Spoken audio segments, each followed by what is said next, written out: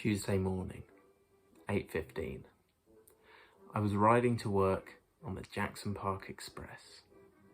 It seemed like any other day, and then my whole world changed in a way I never could have guessed, because she walked in, and she took a seat right across the aisle. I knew we had a special connection the second I saw her smile. She smiled as if to say, "Hello, I haven't seen you on this bus before." So I gave her a look that said, life is funny. You never know what's in store. By the way, your hair is beautiful. I bet it smells like raisins. She gave me a look that asked, "Did you have a nose job or something? I'm only asking because your nose looks slightly better than the rest of your face." I arched my eyebrow ever so slightly, which was my way of asking, "Do you want my old Hewlett-Packard printer? It still works, kind of, and I've got a bunch of ink cartridges left." And then she let out a long sigh, which I took to mean, "Ugh, what is that deodorant you're wearing? It's intoxicating. Why don't we drive out to the country sometime and collect deer ticks in a Ziploc baggie?" I gave her a penetrating stare, which could only mean, you are my answer to everything. Which is why I'd probably do very poorly on the written part of my driver's test. I knew she was starting to fall for me because she crinkled her nose, which unmistakably meant, "Baby, let's wear each other's clothes and speak in a thick German accent. And maybe someday we can own and operate our own mobile pet grooming service." I couldn't hold back my feelings. I gave her a look that said, "I would make any sacrifice for your love. Goat, chicken, whatever. I could never hold you close enough. Let's have our bodies surgically grafted together." She picked up her newspaper and started reading to herself, which I'm sure was her way of telling me, "When you're cold, I will warm you. When you're shivering, I will hold you. When you're nauseous, I will give you Pepto-Bismol every hour for as long as the symptoms persist.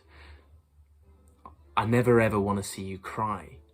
So please, let me cauterize your tear ducts with an arc welder." And then I glanced down at her shirt for a second in a way that clearly implied, "I like your boobs." I cleared my throat quietly, and then I looked away, and I'm sure it was obvious to her just what I was trying to say. I was trying to say, hey, I want to make a wall-sized mural out of all the dead skin cells that you slough off while you sleep at night. I want to rip you wide open and French kiss every single one of your internal organs. I want to remove all your skin and then wear your skin over my own skin, but not in a creepy way. Then I'm pretty sure she looked at me out of the corner of her good eye, and though she never spoke a word, this is exactly what I heard.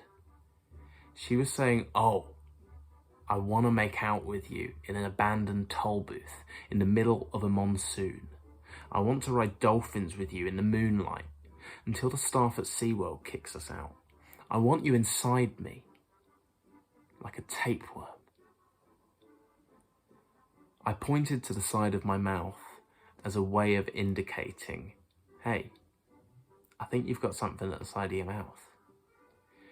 She licked the corner of her lips as if to say, "Here?" I nodded, implying, "Yeah, you got it." And then the bus stopped at 53rd Street and she got up suddenly. "Where are you going?" pleaded my eyes. "Baby, don't you do this to me. Think of the beautiful children we could have someday. We could school them at home, raise them up the right way. and protect them from the evils of the world, like trigonometry or prime numbers. Oh, baby, please don't go. She brushed my leg as she left the bus, which I'm sure was her way of saying, I'm sorry, this just isn't working out. You're suffocating me. I need some space to find out what life's all about, so goodbye, forever, my love. And deep inside, I knew she was right. It was time for us both to move on. And though I never got her number, she never bothered to leave her address. For as long as I live, I will never forget those precious moments that we shared on the Jackson Park Express.